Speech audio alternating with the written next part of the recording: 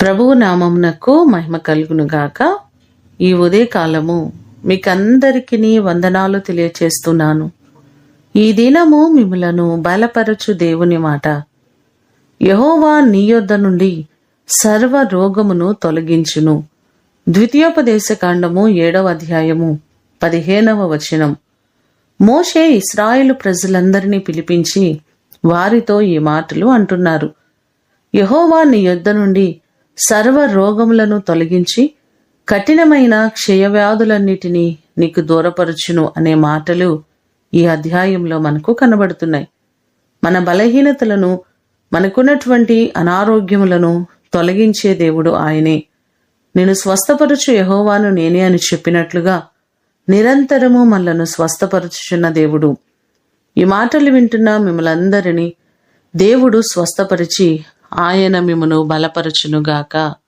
ప్రార్థన చేసుకుందాం. పరిశుద్ధుడు అయిన తండ్రి, మీ పాదములకు వందనాలు, స్తోత్రాలు. నీ కృప చొప్పున మీరు మమ్మలను స్వస్థపరుస్తానని ఈ దినము వాగ్దానం చేస్తున్నారు. నమ్మదగిన దేవుడు మీరే ప్రభువా. నీ కృప చేత మా ప్రియులెల్లరినీ జ్ఞాపకం చేసుకోండి. ఎవరు ఏ బలహీనతల చేత, ఏ అనారోగ్యముల చేత బాధపడుతున్నారో ప్రతి వారిని మీరు స్వస్థపరచండి. మీ రెక్కల నీడలో ఉన్న ఆరోగ్యమును మీరు కలుగు చేయండి ప్రభువా. వారికి ఉన్నటువంటి ప్రతి సమస్యల నుంచి విడిపించండి.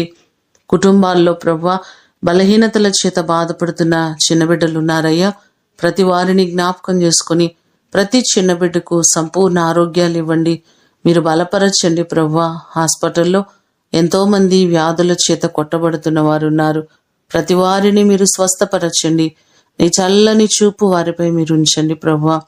ఈ దినమంతా కూడా మీ సన్నిధి, మీ ప్రసన్నత మెండుగా మీరు మాకు కలుగ చేయమని యేసు అతి ఘనమైన నామమున అడిగి వేడుకొని పొందియున్నాము తండ్రి.